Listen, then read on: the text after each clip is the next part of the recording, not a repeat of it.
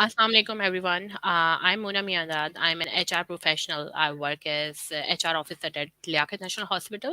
Liaquat National Hospital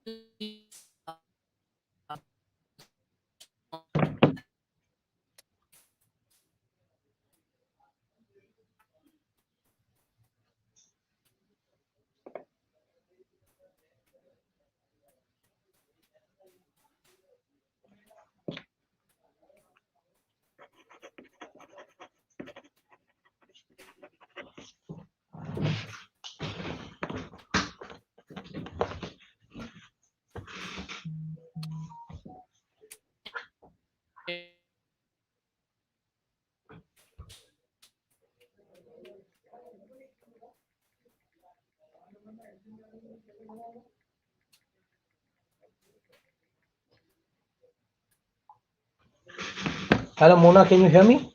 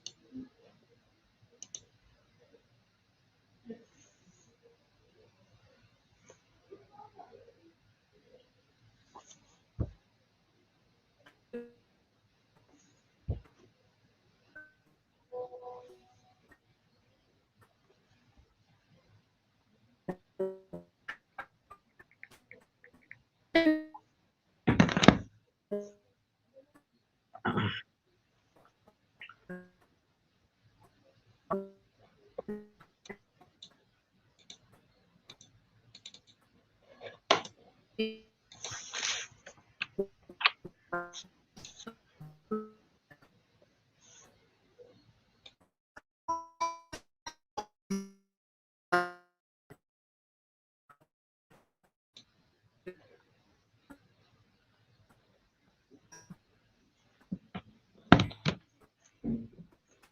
hello everyone. I hope you will be able to hear me. My name is Hussain, and I am an alumni of SZABIST, 2008 batch. I did my bachelor's from SZABIST, and after that, I did my master's from SZABIST. And after my master's, I started working for investment firm, and later joined Khan University Hospital in the finance capacity. Um, since last 10 years, I'm working with Khan University Hospital in various roles. My major roles were in the field of finance for last 8 years, and now I am working as a lead in for clinical laboratory operations, taking care of the clinical laboratory operations since last 2 years. So this is about my association with the hospital industry. Um, I will hand over to Nasir to introduce himself. Nasir, over to you. Assalamualaikum. Assalamualaikum. Can you hear me, Hussain? Yeah, I can hear you, Nasir. Okay. Yes. I'm also an alumni of SZABIST, and I did my bachelor's from ICRA, and then I joined SZABIST for my master's in business. I did that, and then with after my master's, I did uh, for 1 year. I worked in a project with Pakistan Pediatric Association to help them with their fundraising and their education programs. Then I moved to US for my second master's in healthcare administration. Since then, I've been working. Initially, I worked in a palliative care company running their hospice and home health for 2 years. And then after that, I joined University of Texas Medical Branch in Houston, Texas, and Austin, Texas.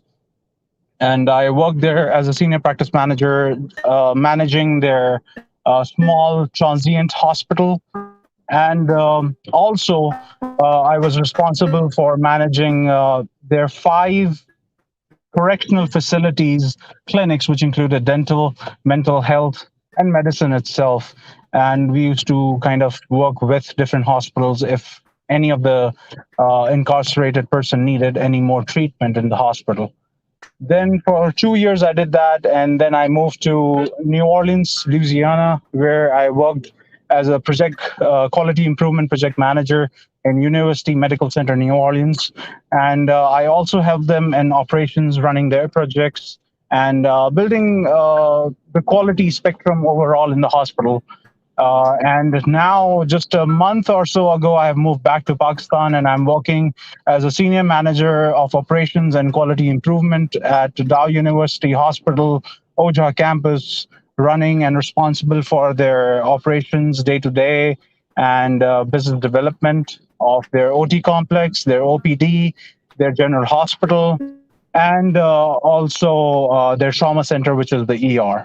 That's my background.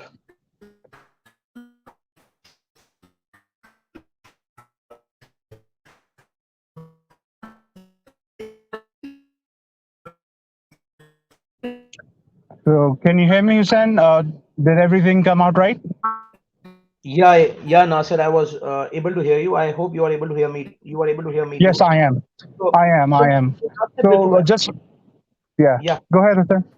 So I'm saying as soon as Mona joins us, she will be able to connect. But let us take the audience to some of the basics that we talk about the hospital industry. I think when you were discussing, you were pretty talking about the quality perspective. It's important for the audience to understand that healthcare is one of those arenas which is regulated by certain bodies, and it's important for them that they understand the quality perspective in this entire arena. Could you just help us and share your thoughts on this one, and later I can also add some comments on this one. Definitely. So, as a quality, we all know that healthcare itself is a very important industry where we are playing with lives are at stake. So, what we basically need to understand that it's not just one person's job. Whoever is working in healthcare is working as a whole, as a team, So to work as a team and to build quality meaning that we and for quality, all these standards that we are given by either Pakistan Medical Council, by CPSP, things like that, they give us a kind of a benchmark on which we have to set our standards, that is the minimum that we need to achieve. But there is no minimum in healthcare. According to me, there's no minimum. You can always exceed from that benchmark and make yourself more prominent towards showing that you care for the patients that are coming to your hospital. Lives do matter, and you can give them your best. So working as a team, as a whole, gives a lot of impact on that part. Working in US, there were a lot of accreditation agencies that gave us a lot of patient safety indicators and the criteria that we had to meet at a minimum. So we were always trying to either meet them or exceed them at our own level, benchmarking different hospitals and the entire industry to make sure the quality spectrum is at the high, meaning less infections at the lowest rate, um, communication between doctors, the nurses, medication on time, lowest medication error rates. That is what quality means in healthcare spectrum. Correct me if I'm wrong, Hussain. So no, Nasir, you were spot on. I will just add a couple of sentences. This it's really important to understand that opening up hospital is an easy job, but the most difficult part of it is to maintain those quality standards that are being regulated. Because based on those quality indicators, you will be able to make contribution towards the biggest causes. For example, if you are able to reduce medication errors, you will be able to save lives. If you are able to if there's a lower infection rate, you are Agreed. able to reduce the mortality rates. So all these are contributions towards the system and towards the healthcare arena in which we are working. One more thing that I would like to add, that when we talk about hospital management, most of us will be aware about the term the JCIE accreditations. So all the majority of the hospitals in Pakistan are all JCIE accreditations, but then there are standards above JCIE also. So for example, when you talk about clinical lab, there are standards like CAP accreditations.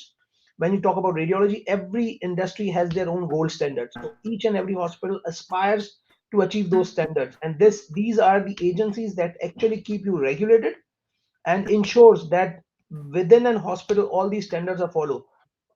And at the end of the day, it's up to the hospital that whether they need to opt for those accreditations or not. There are many hospitals in Pakistan which do not follow these accreditations. So at the end of the day, I believe the consumer, the patient, needs to be aware that from which place or which area he's getting his treatment, he should be aware that the basics of the quality should be followed, because these are one of the basic things which will eventually determine that how his health progresses going forward. Definitely, I do agree. It's up to the hospital to actually decide if they want to follow those policies or not. And in the last month, I have learned so much coming back to Pakistan and seeing how people are operating in this industry of healthcare. And my goal coming here, I want to increase the quality standards and the care that we are delivering to our patients. It's to my utmost importance. I want to make sure that everybody gets the same health care that they're supposed to get, like the highest care, not just the lowest care, but the highest care. There are a lot of issues that arise if you don't work trustfully and don't follow the guidelines. And we're humans. We'll make errors. We'll miss a lot of stuff that we do need to follow. But as a human, we need to make sure that we are following those guidelines to remind us that we are in an industry where we can kill anybody with anything. Like meditators we are talking about, there are a lot of instances where, as cases that I've heard, there will be look-alike and hair-alike medications that can be devastating for patients if given into the wrong hands. So we have to make sure that we are following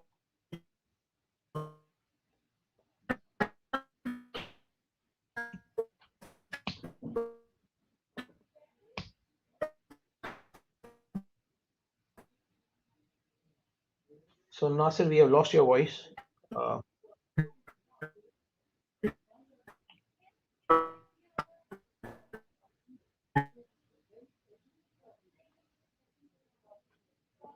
Nasir, we have lost your voice. Can you hear me?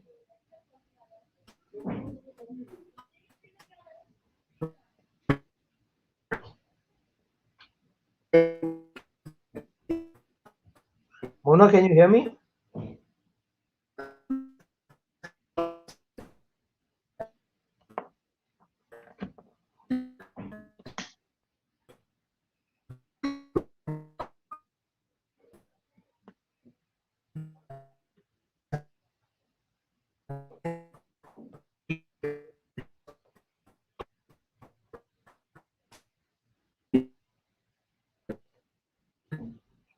So Nasir, can you hear me?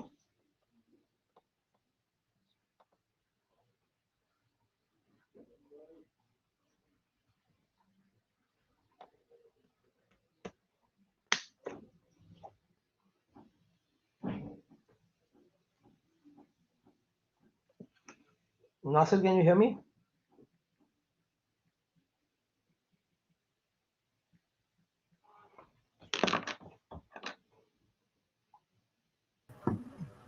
Hussain, can you hear me? Yeah, I can hear you, Mona.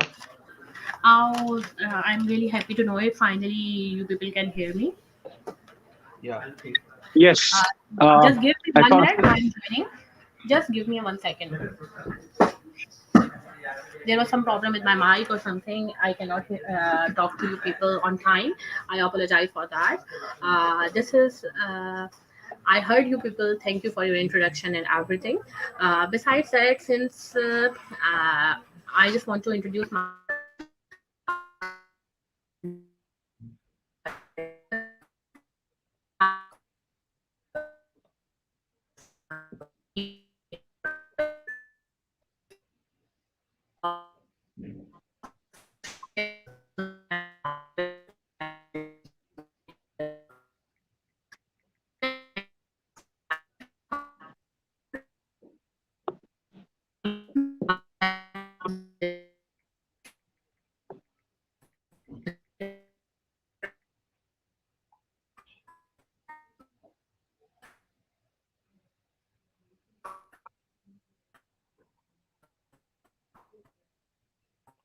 So Mona, your voice is again breaking, and I'm not able to hear you. Same here.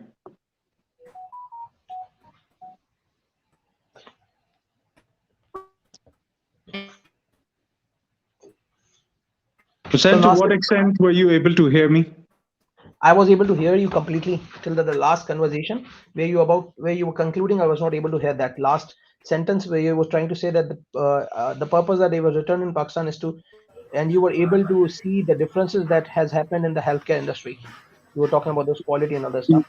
Yes. So just a comparison overall. There are issues everywhere. We are humans. We'll make mistakes. So I have seen both फिर दोबारा आवाज नहीं जा kind रही of connection both का issue दे ends रहा है in the US connection and in Pakistan as well.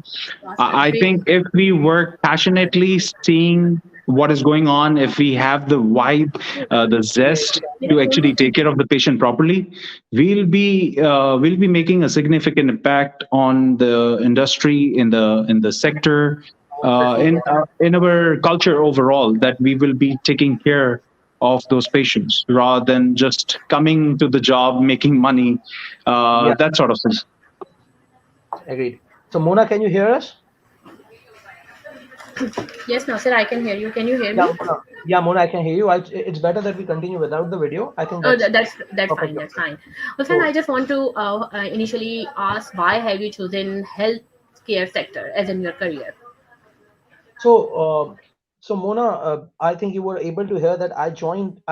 Healthcare was not my first job. My first job was an investment analyst, and taking a move from an investment analyst to an hospital sector was a big decision that I had to take. Uh, the problem was that I was looking for my first move was into the financial sector. Basically, my background is from finance.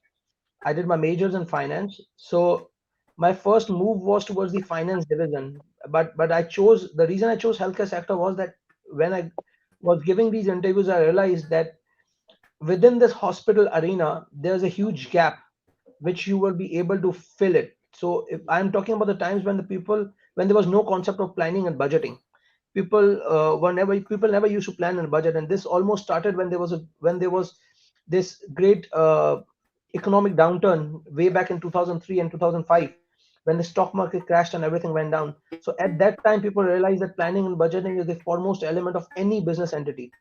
And I thought that there's a gap in the market to which I can go and fill it.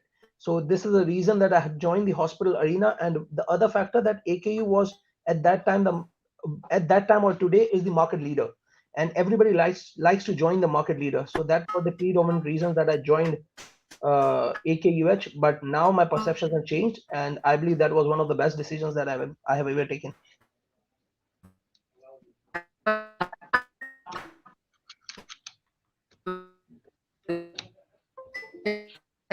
I think Mona, you're cutting off again.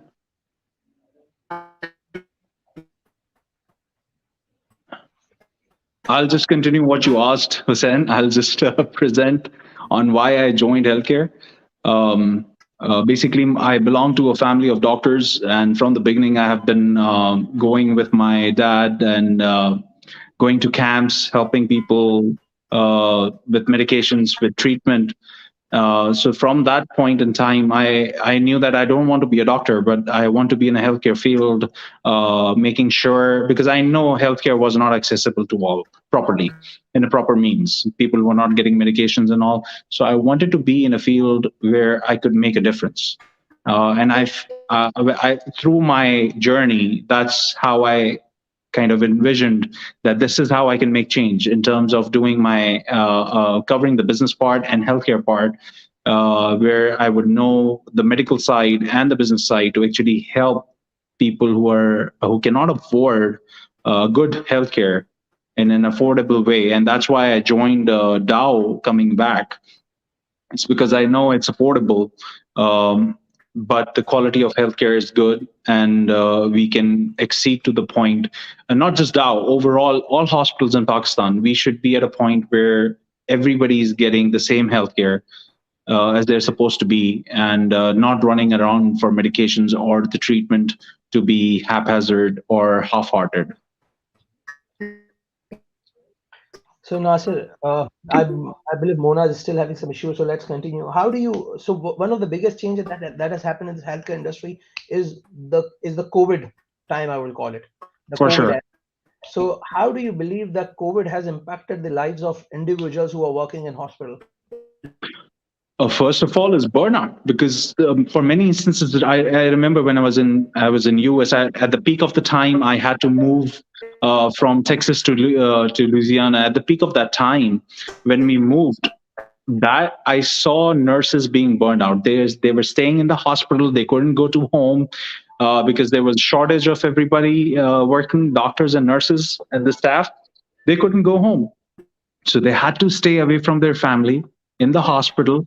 Even though they were COVID positive, they had to stay in the hospital and treat patients.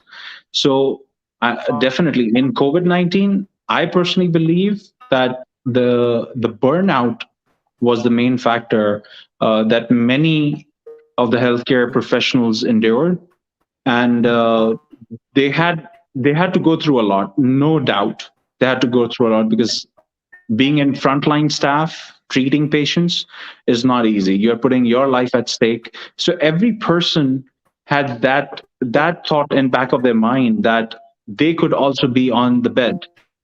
So they were trying to take precautions, but again, it's possible that they and many of them got it, and they were at a point that they either were fighting with for their lives or fighting for others' lives. So burnout and stress was the main factor, I believe, in COVID-19 or in any pandemic that would ever come. Hope not. So I will just add few comments to it. Nasir, you are 100% correct. Yes, burnout and stress were one of the biggest entries, but this was not limited to the frontline workers only. Everybody. Support Everybody. department, because it's an entire cycle that works in hospital. It's the front end staff that actually deal with patients need resources, and those resources are managed or made available by number of support departments that actually contribute for the functioning of the unit. Definitely. And Definitely. for the reason that all the areas, all the departments were actually feeling the same pressure. Just let me give you an example. You would remember the times there were times in Pakistan when the availability of masks was one of the biggest challenges, the surgical masks. And that was a challenging time when people were increasing the price prices, and also the supply was limited. So this was one of the biggest challenges which everybody has to face. And coupled on is the top one was that availability of KN95 masks, because as soon as it happened, nobody was ready for this pandemic to happen. Nobody knew what are the demand factors that would actually plug in with this COVID, what are the resources that are actually needed. So all these factors, when actually coupled, put stress on the entire healthcare system, on your Definitely. beds, Agreed. on your nursing staffs, on your physicians, on your purchasing sides, even on your financials. Because I remember the times, and you will also recall that anywhere in the world, the hospital operations were into negative. I was reading an article For in sure. Time actually said that most of the hospital in US have witnessed a 50 to 60% drop in their admissions, in their For sure. occupancies. And this was throughout the arena, because there was a fear factor due to which the patients were not coming to the hospitals. And then there were been barriers being inducted by the governments, where the surgeries were closed, the OPDs were closed, so everything was closed. So we were into a smaller homes or houses whereby we were running few shops. And you know that it's really difficult to manage or to cover the cost from these. When you shut down services, it's really The difficult to cover overhead the cost. cost, yes. So overhead costs were there, and due to which majority of the hospital went into losses. Some of them had to wind up their businesses. So this was pressure for everybody. Finance was working on their end, PSMD was working. Then there were challenges with regard to government regulatory authorities. You need to develop tests to actually identify the COVID viruses. So I believe that was the time when everybody was doing their best to come up with it. And yes, stress and burnout could be felt throughout the institution. And over the top of it, the risk that each person was doing. For example, all of these functions, most of the functions or most of the industries can operate with the concept of work from home, but hospital cannot. They If cannot. you are Yeah, if you work in definitely. a healthcare sector, the work from home concept doesn't work here.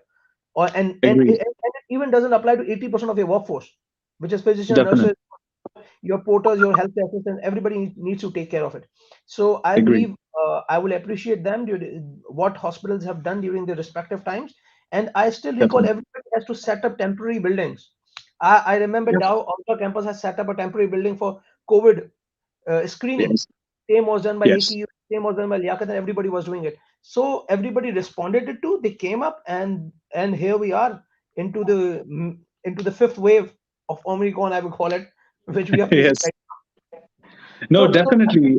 It's like they're like overall in the culture also. There are few things that unite everybody to save lives or do anything to support everybody. Like in a disaster, a hurricane comes, the land flooding, things like that. Everybody comes together to help everybody. So this was also like that. COVID-19 hit in a phase that nobody was prepared for it. Nobody knew what to do, how to achieve the goals, and what initially, even when people didn't know what to expect from COVID-19, what will be the symptoms.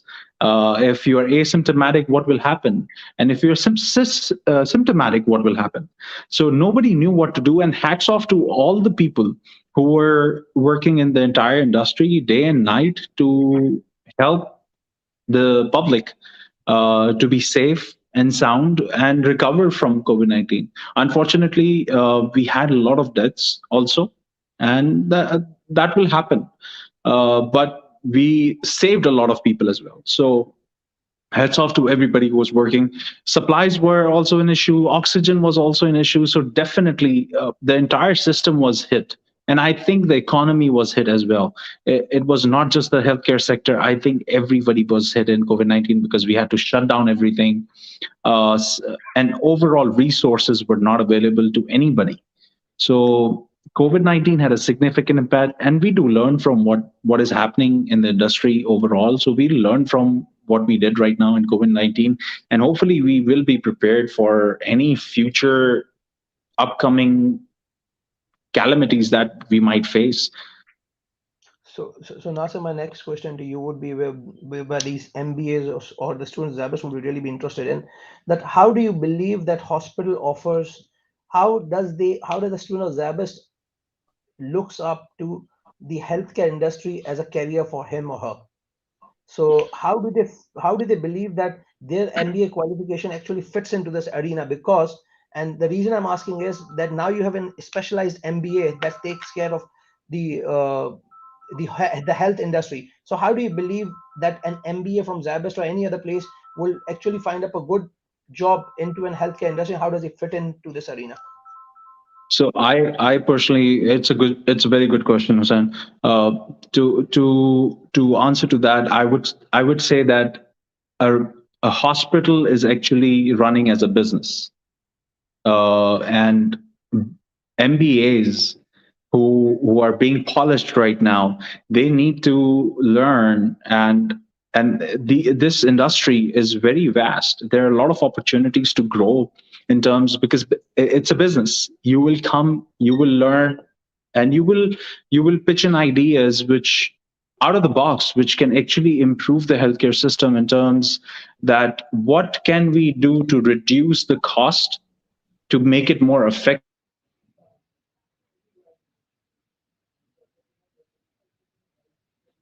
to make it more efficient, so the techniques, the thinking, the brainstorming that we can do as polished individuals, doing masters in business or healthcare, we are polished to actually confine, to actually think out of the box, make certain strategies that will help us give the end products the service, and also save cost for the organization, for the people overall. Because there are always inputs and then there is output.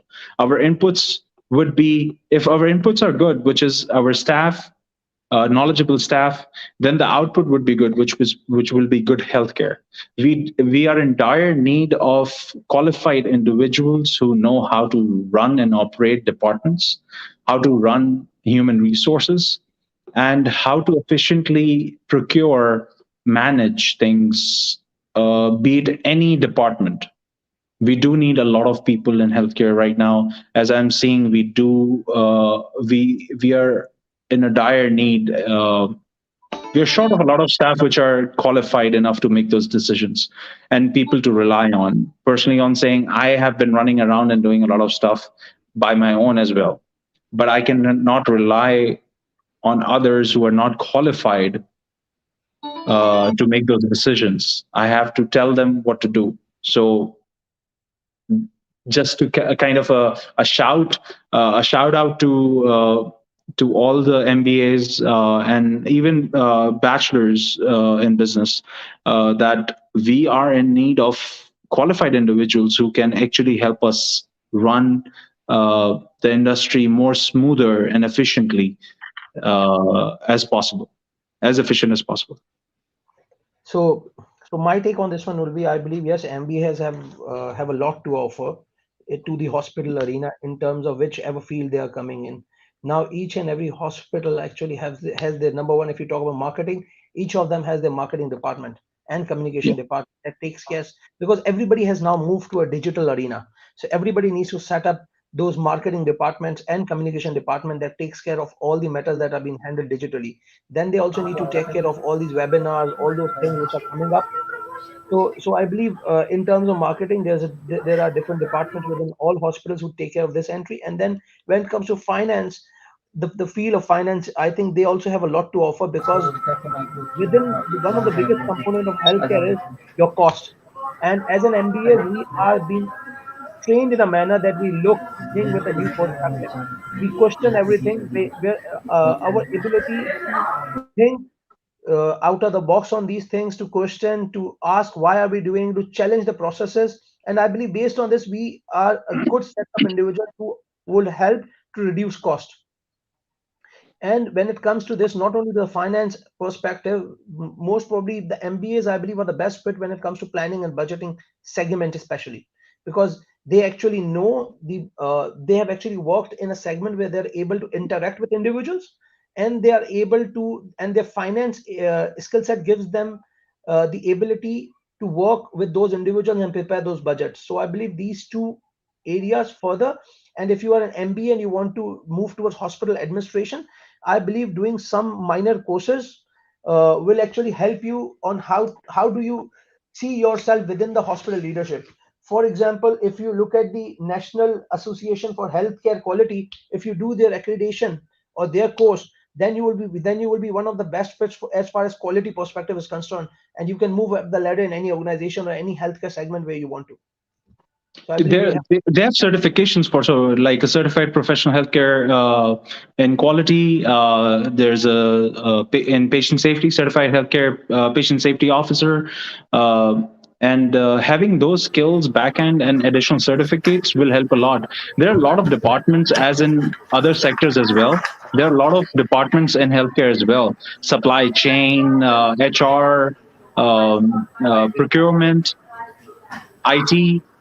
These all fields are there, these all departments are there. So we people, we do need a lot of good people who have those skills to decide and deliver according to the necessities. And we learn in business development and strategies that we have to reduce the workflow overall on how like employee movement, just for an example. We have to make sure the movement in the hospital is limited for attendance as well, and for our staff as well. So we need to make sure that uh, Mona, if you can mute, I believe it's yes, thank you.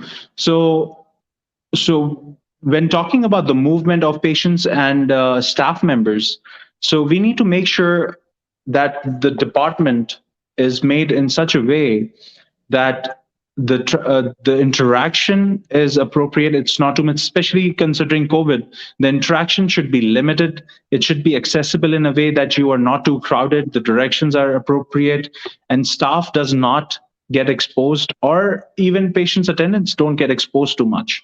So even thinking on those strategies is what we kind of rely on MBAs to deliver on. So I agree, and I took on piggybacking on Hussain for this to elaborate on more on this topic. But I do believe there's a lot of opportunity and growth for business side, and there will be courses that could help you also know about healthcare more in details on how operations run in an hospital.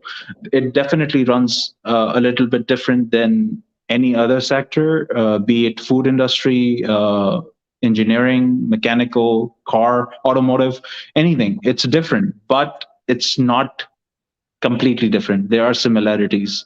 So your contributions will help the industry grow and exceed from what we have right now.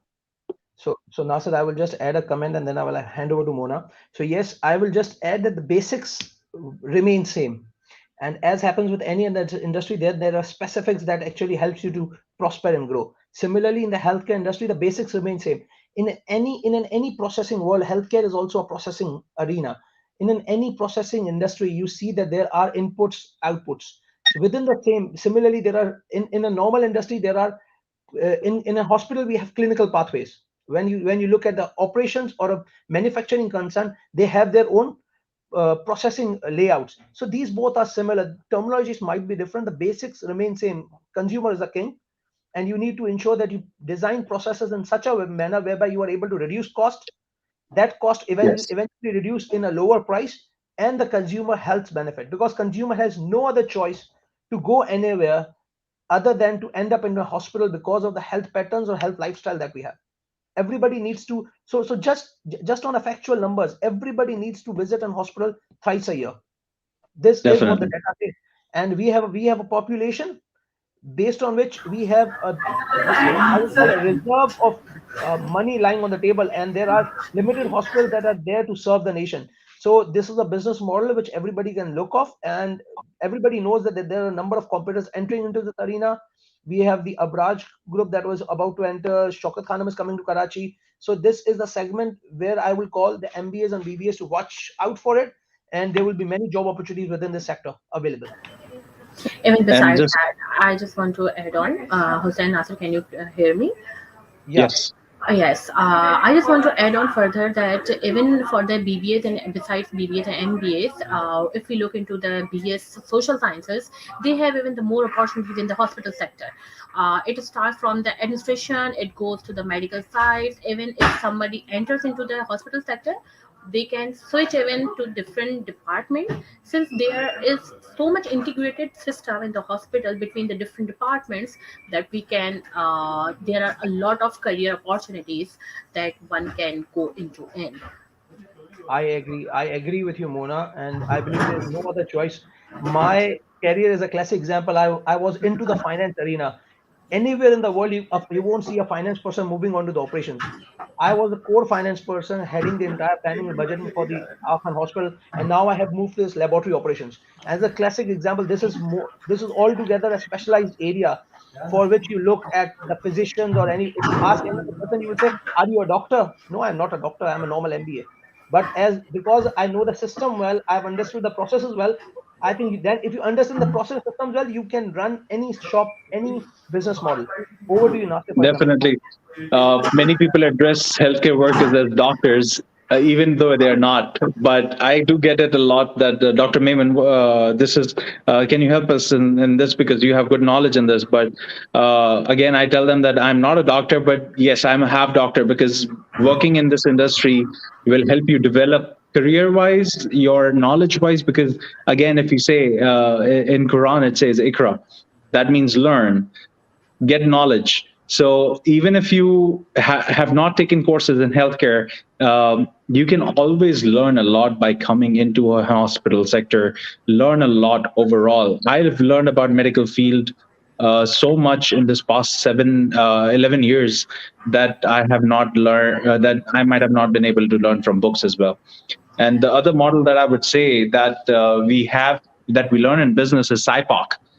SIPOC is directly implemented in the hospitals because you have the suppliers, you have inputs, you have customers, you have processes.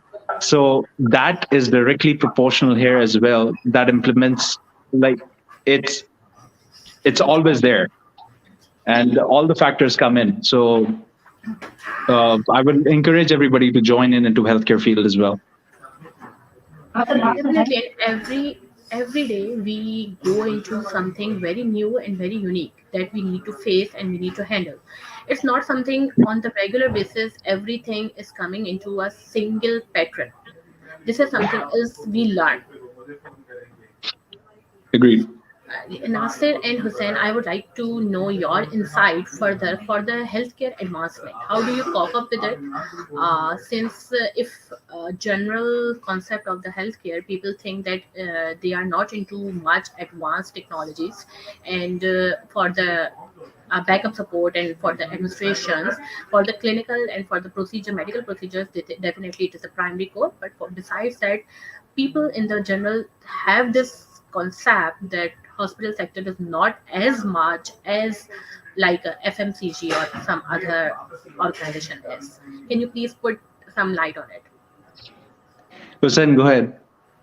So, Mona, I will just call it more of a misconception uh, because the problem is when you talk about the IT, when you talk about the growth, when you talk about the arena. For example, when you talk about any hospital right now, every hospital has its own BI system implemented. You won't see Yes. business intelligence systems even in some of the FMCGs also.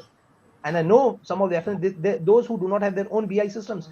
Most of the modern machines. So the hospital sector is one of those sectors that is highly capital intensive sector. Just remember this. You buy a machine, you process it, you sell it. This is how an FMCG works. You don't need to continuously invest, but when you are in a hospital sector, you need to invest and grow. And in order to control that growth pattern, you need to be on the top of your toes as far as IT is concerned.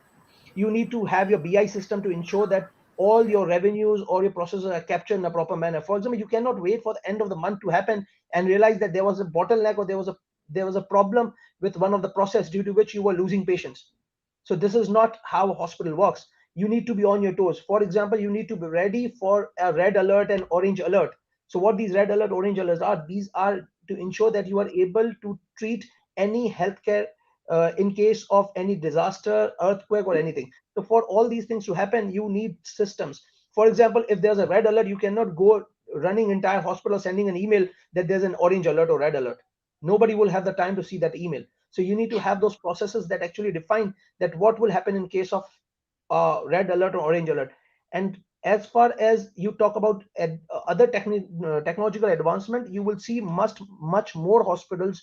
One of the greatest hospitals that have best BI systems, best Intel system, there are EHR systems. For example, when you talk about what's that your hospital that I'm forgetting in Indus has its own EHR system implemented. So I believe from technological advancement, or you call it from a human resource advancement, I see hospitals doing everything. For example, you talk about webinars, you will see most of the hospitals having their webinars.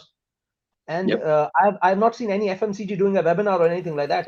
So when you are into a service industry and when you're dealing with patients, you need to be technologically advanced. You need to be right on your toes every day. So you cannot And wait for educational wise as well. certain, and from education, because you have continuous medical education programs in a hospital. So I believe it's more of a misconception, and this is the reason, that you see less individuals coming to this hospital field. So we need to, we as a healthcare individuals, we need to market, and we need to ensure that we take the message loud and clear that this is a market to look for as far as job opportunities are concerned. There's too much to offer. Yes, definitely. And in technology wise, I'd like to add up that in Dow that I know, we are doing every day 10 to 12 cases of liver transplant, renal transplant, and bone marrow transplant. No other hospital is doing all three, I believe, to my knowledge, but they might be doing it. All hospitals have advanced in a lot of technologies. We are doing robotic operations as well. So, and having Indus having their own EHR system, Dow also has their own EHR system, and implementing hard stops to make sure that medication does not go wrong. There are less medication errors. And in old times, I believe the misconception is people still think that we are in civil hospital or we are in a government sector hospital. Even civil hospital is so advanced right now that they're doing so many procedures that even a normal hospital was not doing at that time, or even right now. So all these hospitals have advanced so much. And Hussain is right that it's not just based on procedures, but overall back-end technologies for IT, for human resources. Now, there are a lot of people management softwares that everybody's using, human capital resources that they're using. They have integrated a lot of softwares to put an end towards errors. And it's a fast-growing industry, not like any other FMCG that you can create a new product and live on it for 10 years. No, it will be a cash cow. No, hospital industry is changing every now and then, every day, every minute, every second. There's something new happening because there are diseases that we don't even know right now. So every second we might get interference from that disease, and we might learn something and go further on it, that how are we supposed to manage that disease. What medications do we need? What will be the infrastructure that will develop to make sure that patients receive that treatment? Be it oncology, dialysis, and even hemodialysis. All of these diagnoses and treatments are there. And these are high-level technologies that you're dealing with. True, Nasir and Hussain, it is very important to clear this perception to the common man, layman, and I'm thankful to you both that you have cleared that the hospital sector is not lagging behind in any way. Besides that, I just want to know one thing more, that how does Dow, especially Dow, work from the care coordination? So Dow works on a care coordination perspective. That's what you're asking? Yes. So in healthcare, care coordination of care is very important. We don't know. Yes, I will agree that majority of the hospitals are not interconnected in terms of what the patient had been treated for. Say for example, at Liaquat National or AKU, a patient comes into Dow saying that I have this issue, and the hospital doesn't know that what treatment was that patient given, and they give some medication that the patient is allergic to, and only the other hospital knew because they have been caring for that patient for a long time. And this was at a time when the patient could not go to Liaquat National or AKU, but they came to Dow just because there was no space or there were some other factors. But if we are missing that loop of care coordination where we don't have the knowledge of what allergies the patient had, what side effects of or medication allergies that the patient had, what is the past history of surgeries, family history, that care coordination is very important. So what we try at Dow is whenever a patient comes in, initially, first we rely on whatever history that the patient gives. We try to see from their medical records from where they were, and we try to coordinate with other hospitals to see what their history is according to their database. So, and then we treat according to that. Our doctors try to make sure that obviously at that point in time we have to give point in care testing. We have to do that, make them stable. If they're coming in, they're not they're not conscious, or they need immediate assistance or first aid. We'll try to sustain that and revive them. But then again, we need to go a little bit further, a step further, to make sure that are we giving the right treatment? Is there any other complication that the patient might face?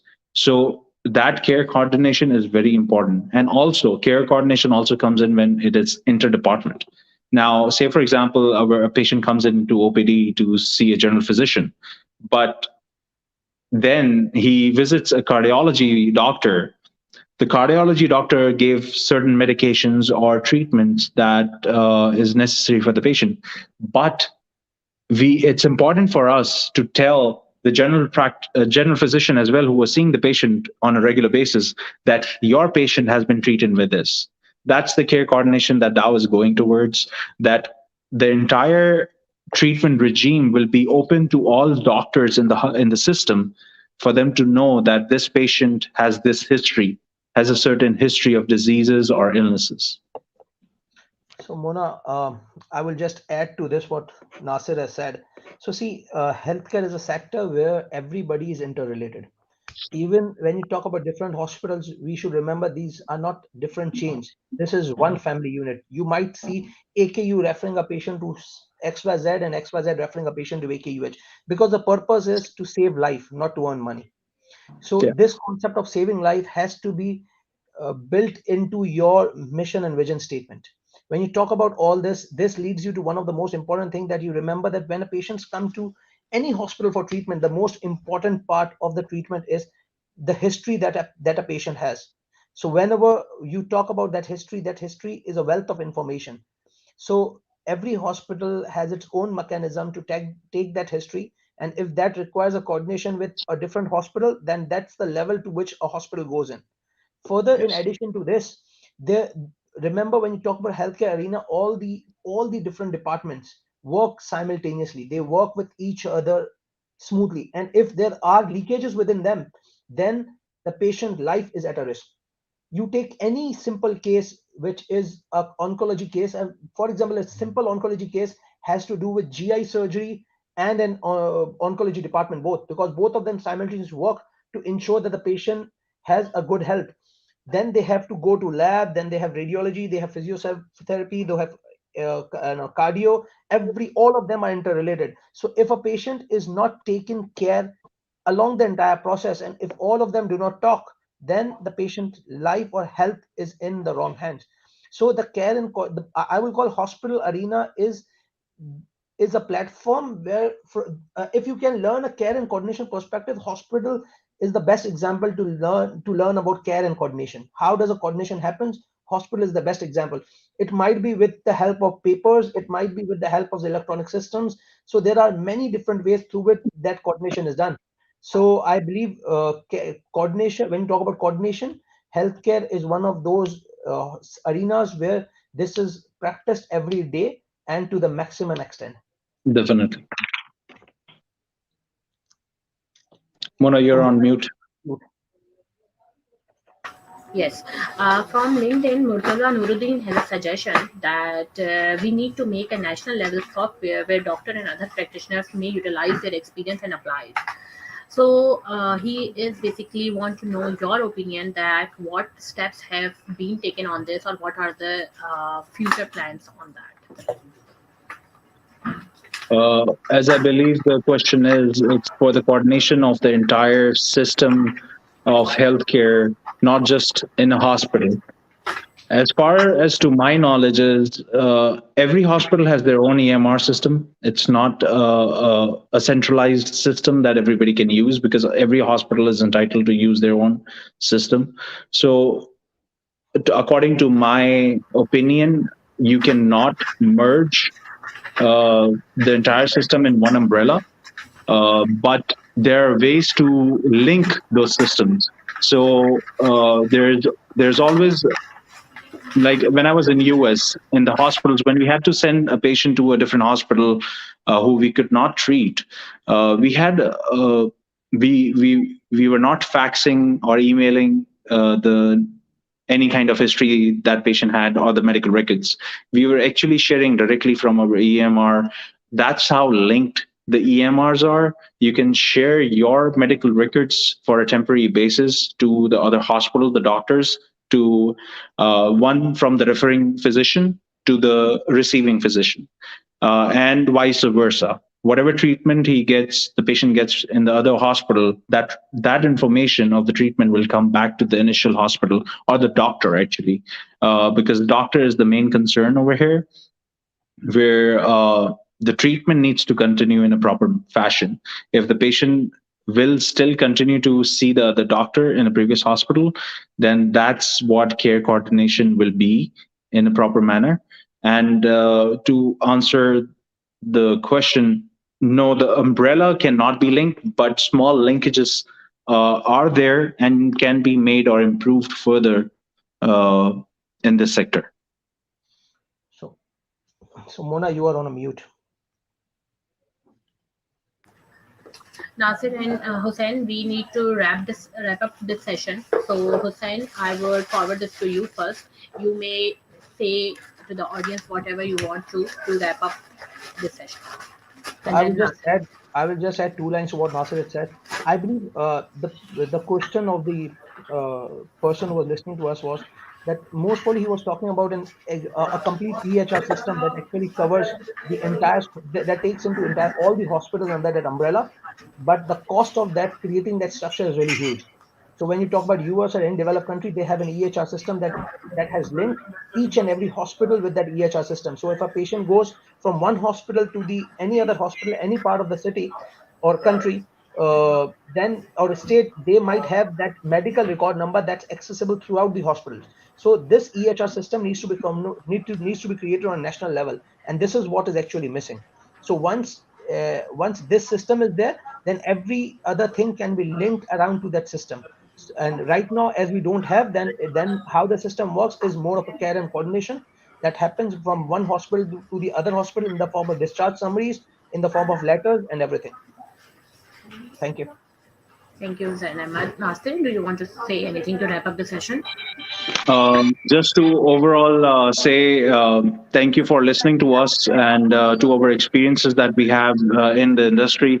And don't be scared on how any kind of calamity can bring challenges to the industry. It's not just healthcare, it's every industry that can face any challenges. But to overcome those challenges with with that zest and with the with with the capabilities that you have inside is what matters. You get polished, and that way you can know what you can do, what you even don't know about yourself.